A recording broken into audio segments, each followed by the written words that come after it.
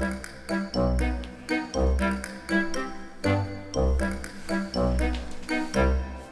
lovelies and welcome to the Witch's Cookery. My name is Bex and today you may ask me anything.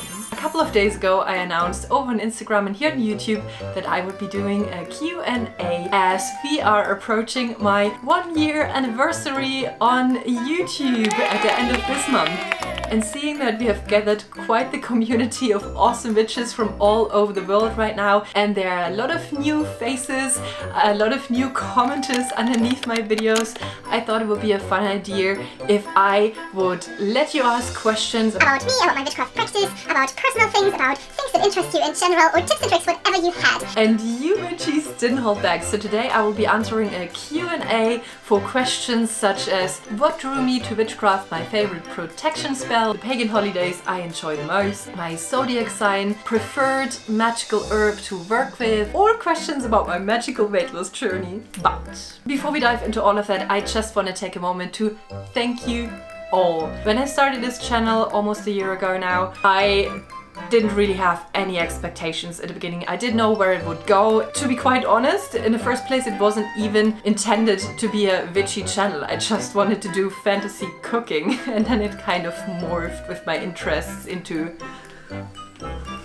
magic and witchcraft and anything else enchanted. And I'm just so thankful for the community we have gathered here. All you open-minded, lovely and kind people. And I really enjoy that it's such a back and forth. I love reading comments where people tell me more about their craft and their practice. And I think we all can learn from each other and it can really enrich in each other's practice. So I think that's awesome. It's just awesome. And a very special thank you also goes out to my lovely patrons that make it possible for me to keep creating videos. So I'll start you off with a couple of stats. My name is Bex and I'm a green witch practicing cottage and kitchen witchery, which I share here on my channel. Spell ideas, kitchen witch recipes, witch vlogs, everything magical that you could imagine. And I have been practicing for about 18 years now.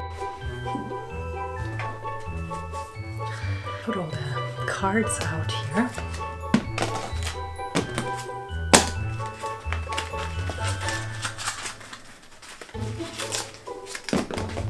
Too much crap. Too much crap. Ah. Unsuspicious enough. What drew you to witchcraft? To be completely honest, I don't really remember why I became a witch. It has been a very long time ago. But I do think that I always as a child had a fascination with history, a fascination with folklore. Like for Christmas and birthdays, I would always wish for like these kind of books about the history in my area. My parents in my education also focused strongly on culture, religion, history. So we would always go and see like the Celtic sites here. Especially my father would talk a lot about ancient cultures, traditions, stuff like that. Both my parents are very rooted to nature because they're both from the countryside or from farms actually. So I was always also in contact with herbs and gardening and just enjoying nature and the season and seasonal celebrations. And I believe that at some point I must have looked for a combination of those, or maybe I stumbled across the term. And I do remember like the first websites that I used for like looking up stuff in the first books, but how I actually started to pick one up and be like, oh, that's what I will do now, I don't know. Does your family also practice witchcraft? So I think I could compare my partner's spirituality with the spirituality of a potato. He has absolutely no interest in witchcraft. He lets me do my thing. He is not involved in it. It's just not in his fields of interest, and that's fine. And then of course I have my son, but he's not even 2 yet, so he is still too small to be actively choosing any kind of path. But I do try to like teach him a couple of things, or just like awaken his interest in nature and in intentional, mindful living. Now I'm not quite sure if the person who asked this meant the family I grew up with, so my parents and my brother. So my father is a Catholic deacon, so I'm pretty sure he would get fired if he would practice witchcraft. But I mean, he is a much more spiritual person than me. He is very educated in a lot of different cultures and religions, obviously.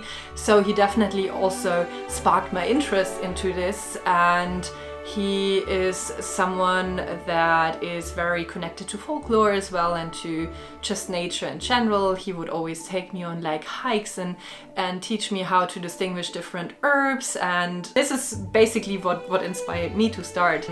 But no, he's not a witch. For my mom it's similar, and I do think it's just something cultural that she actually does practice mindfulness and meditations and things like that, but I don't think she would title that as witchcraft. Same goes for my little brother, who is in this way, I think, very similar to me. We're both very analytical people. We both like to question things. We both like to dig deep. And we're both into personal development. So he for sure does things as manifesting or meditation or mindfulness, but not in a witchcraft kind of way. Next question. Which tarot decks do you work with, or which are your favorites? So I actually only own one tarot deck, and it's the one from Nicoletta Cecoli. Let me see how that's pronounced. Cecoli. I'm very sorry, all my Italian friends out there, I didn't mean to. But I do love that tarot deck. It's very dreamy, it has such beautiful pictures on there, and it just looks a little bit like Alice in Wonderland, so I do very much enjoy it. And I recently also got an oracle deck from a lovely subscriber, thank you very much. And it's from a German artist called Katrin Weltstein, but it is also available in English, and it's called Oracle of Mystical Moments. It is absolutely beautiful. And one of you actually let me know in the comments that Lee White is bringing out a tarot deck. He's this amazing illustrator from the States, and he will start a Kickstarter towards the summer to fund this. Please have a look, it's super amazing. I love the cards, and I will definitely buy that deck too. The reason why I don't have many tarot decks is that I only started tarot this year. I never was really into it before. I never really looked into it before. I did use runestones basically since I started practicing, because I find them very to the point and I like that. And so I never saw the need for tarot cards, but now that I started, I really enjoy how open for interpretation they are, and what a valuable tool they are for introspection and just for reflection on my life. So now I do a little spread every day. Do you have a favorite herb to work with? Well, as I love to work mostly with wild and foraged herbs, it naturally varies, because obviously different things grow at different times, and I do enjoy that every couple of weeks I have a different herb to work with, and that also kind of triggers my creativity and spells and kitchen witchery, what I can do with that. And of course I also always love to share the recipes with you guys. But I think all-time favorites for me are sweet woodruff, just because I really love the smell when it dries, and I really enjoy its delicate flavors in sweet stuff and in wine, but I'll be sharing more around Beltane with you. Plus it also just looks very magical and nice when it blooms in those huge carpet-like patches in the forest. Then both for magical as well as culinary purposes, I adore lemon balm. I love the cheery, happy energies, but it can also be at the same time very calming. It's great to lift you up, calm anxiety. I've used it in many tea blends. I have it in my enchanted sleeping pillow. And another herb that I love for its versatility is a stinging nettle, because you can use it everywhere. First of all, it grows like weeds everywhere here, so it's really easy to get, but at the same time it has so many it has so many medicinal benefits. It has a lot of magical uses, and there's a lot of folklore spun around it. You can use it in the gardening, you can use it for cleaning, you can use it in the kitchen. Its uses are endless. Do you believe in ghosts, or have you ever seen one?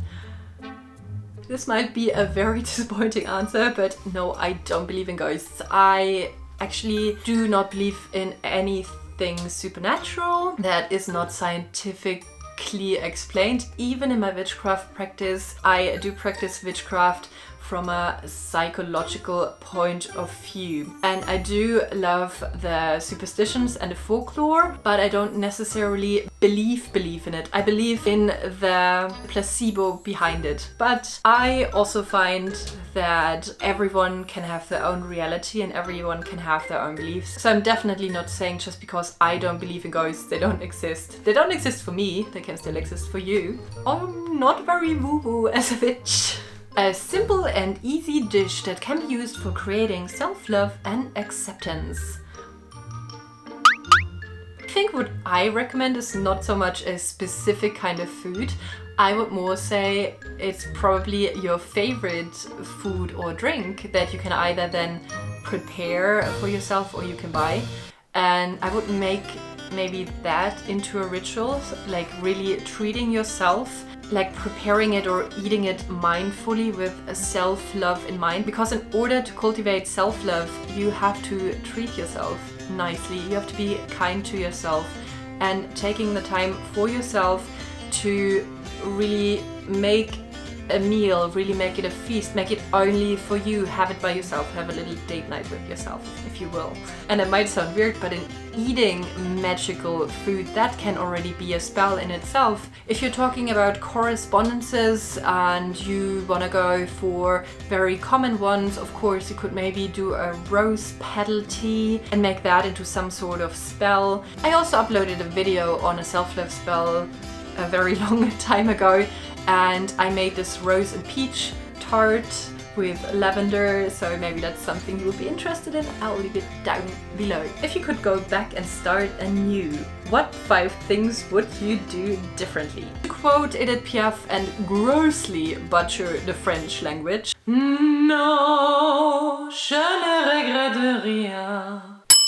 And that in itself is one of my life's mottos that I very much believe in. I wholeheartedly think that you can make a lot of dumb decisions, you can really make a lot of mistakes, but if you don't do those, you won't learn from them.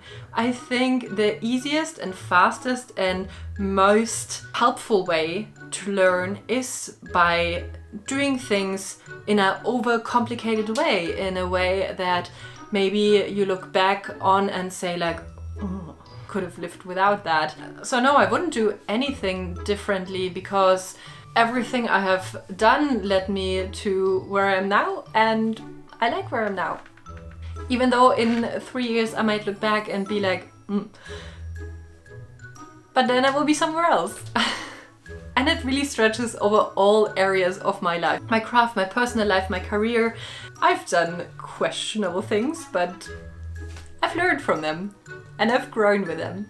What tips can you give a new witch who is trying to dive right in it? I did actually an entire video on that and I will link it for you down below too. What I think is one of the most important pieces of advice that I could give is to question everything. There's a lot of information now out there, especially with everything being online and everyone having an opinion.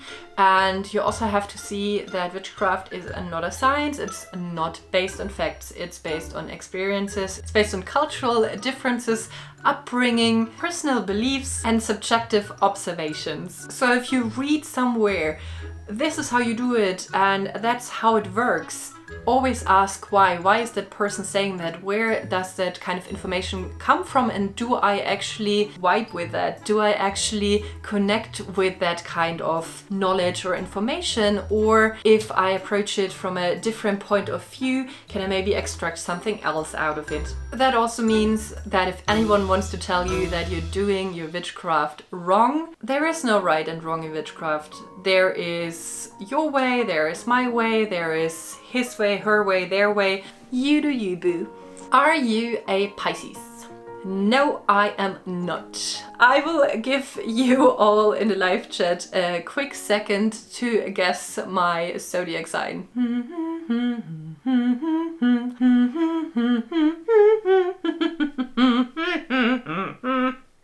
I am a Capricorn. Yeah, you had it right. And to be very honest, I don't know much about zodiac signs. It is just something that I've never been really interested in. But I looked up the stereotypical qualities of a Capricorn, and with some of them I was actually familiar. So I would have to say, yeah, I'm very ambitious, I'm very driven, I love working to the point where it gets unhealthy. I do have workaholic tendencies, but yeah, I'm also very grounded and very down to earth in some way. I do like to make my own rules, that's true too. I can't work for other people. I always had been self-employed unless way back when I was a teenager. And I can also be stubborn sometimes, even though I also do have a very big part of my personality that's very flexible and very open-minded. I do also have to say I am not very organized. I can be extremely disorganized. I don't necessarily like it, but that's just me. I also read something about emotionally unavailable or a little bit reserved or detached. You might be able to tell that this is not me. I'm very much a people's person. I love to interact with people. I'm very outgoing and I do show my emotions, and I have a lot of emotions. I'm also not a pessimistic person. I actually have a very positive outlook on life. Doesn't matter how shit the situation, I always find some rest of wine in the bottom of my glass, or however that saying is going. I just looked it up. I'm a glass half full person. That's what I meant to say, a glass half full person. Has YouTube changed your perspective of your craft? First of all, I have not been part of the online witch community before because I just did my thing and didn't really bother to go online. With starting my channel, obviously, I got in contact with a lot of other people that practice through the comments you leave, through the messages I receive, through other content creators I watch now. And it was such an amazing discovery because it really showed me how many people are out there that practice all in a different way and that have all different styles and ideas, and you can really learn so much from each other. So that was mind-blowing. Another thing that has changed now is I do own more witchy trinkets and items now, because before I was very simple with my craft. I would just go to the forest and do a ritual with whatever stone and stick was there, and I didn't really have many things in my practice at home that I would do spells with. But now obviously that I'm also coming up with new spell ideas, or I want to show like different craft ideas, I'm making all those things. So I'm making new rune stones, or I'm making a scrying mirror, or I'm making a wand. This is something I have not necessarily worked with before, but now that I have it, I actually really enjoy it. I am a collector of pretty puns.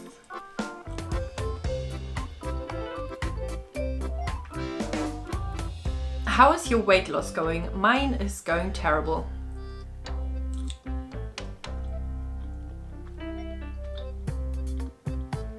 First of all, I'm sorry that yours is going so terrible, but know that you are not alone.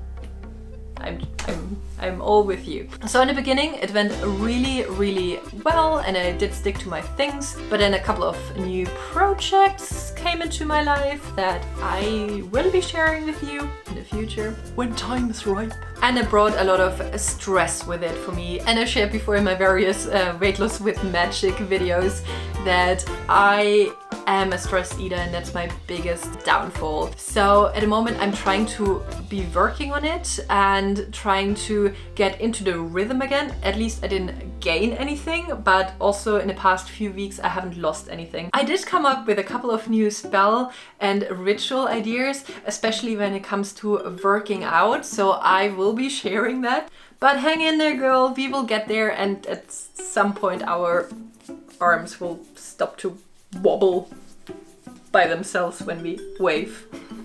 Anyone else has that problem? No, just me.